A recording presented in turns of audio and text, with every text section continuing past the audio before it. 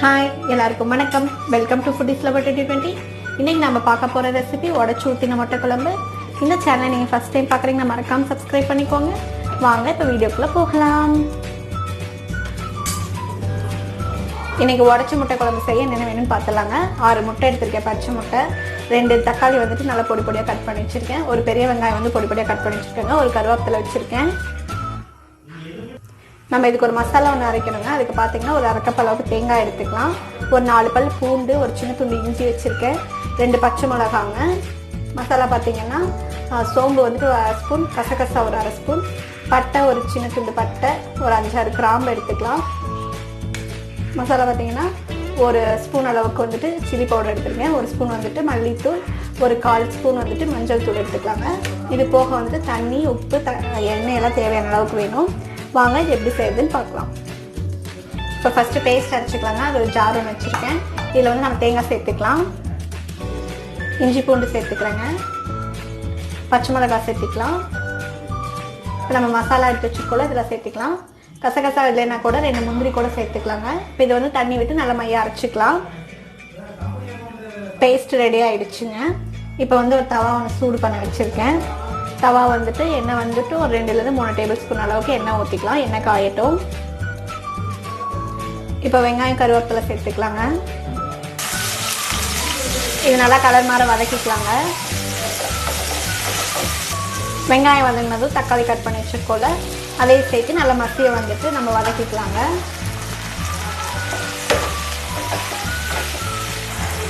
இப்போ தக்காளி நல்லா வதங்கிடுச்சுங்க. இப்போ வந்து நான் மசாலாலாம் எடுத்து வச்சுருக்கேங்க.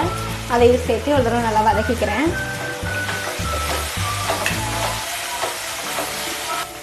இப்போ மசாலா சேர்த்து நல்லா வதக்கியாச்சுங்க.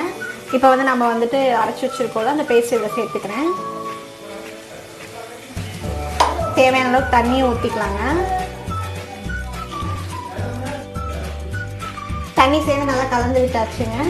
இப்போ வந்து இதுக்கு தேவையான அளவு உப்பு போட்டுக்கலாம். நம்ம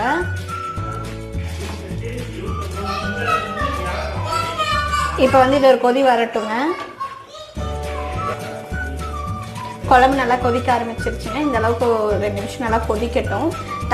குழம்பு பார்த்தீங்கன்னா கொஞ்சம் வந்து தண்ணியாக இருக்க மாதிரி பார்த்துக்கோங்க. ஏன்னா வந்து நம்ம முட்டை ஊற்றி வேக வைக்கும் போது கொஞ்சம் கெட்டியாகும். அதனால வந்துட்டு கொஞ்சம் தண்ணியாக இருக்க மாதிரியே பார்த்துக்கோங்க. இப்போ நம்ம வந்து முட்டையை வந்து உடச்சி ஊற்றிடலாம். சிம் பண்ணிட்டேங்க அடுப்பை. இப்போ வந்து முட்டையை வந்து உடச்சி சேர்த்துக்கிறேன். இதே மாதிரி நம்ம எல்லா முட்டையும் உடச்சி சேர்த்திக்கலாங்க.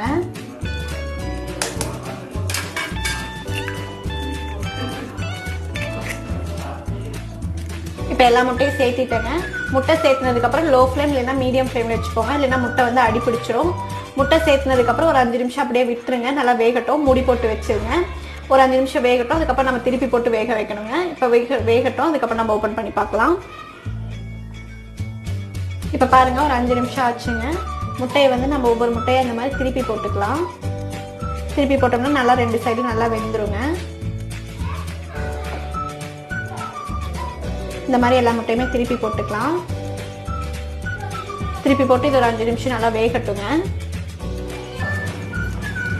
ஒரு 5 நிமிஷம் ஆச்சுங்க. இப்போ பாருங்கள், முட்டைலாம் நல்லா வெந்துருச்சுங்க. அவ்வளோதான், நம்மளோட உடச்ச முட்டை குழம்பு ரெடி ஆகிடுச்சு. தோசை, சப்பாத்தி இல்லைன்னா சாப்பாடு கூட சூப்பராக இருக்குங்க. கண்டிப்பாக இந்த ரெசிபியை ட்ரை பண்ணி பாருங்கள். இந்த வீடியோ உங்களுக்கு பிடிச்சிருந்தா லைக் பண்ணுங்கள், ஷேர் பண்ணுங்கள், அண்ட் மறக்காமல் சப்ஸ்கிரைப் பண்ணி பக்கத்தில் இருக்க பெல் ஐக்கானையும் கிளிக் பண்ணி வச்சுக்கோங்க. ஸோ தட் நாங்கள் போடுற வீடியோஸோட நோட்டிஃபிகேஷன்ஸ் உங்களை வந்து சேரும். தேங்க்ஸ் ஃபார் வாட்சிங். Stay tune.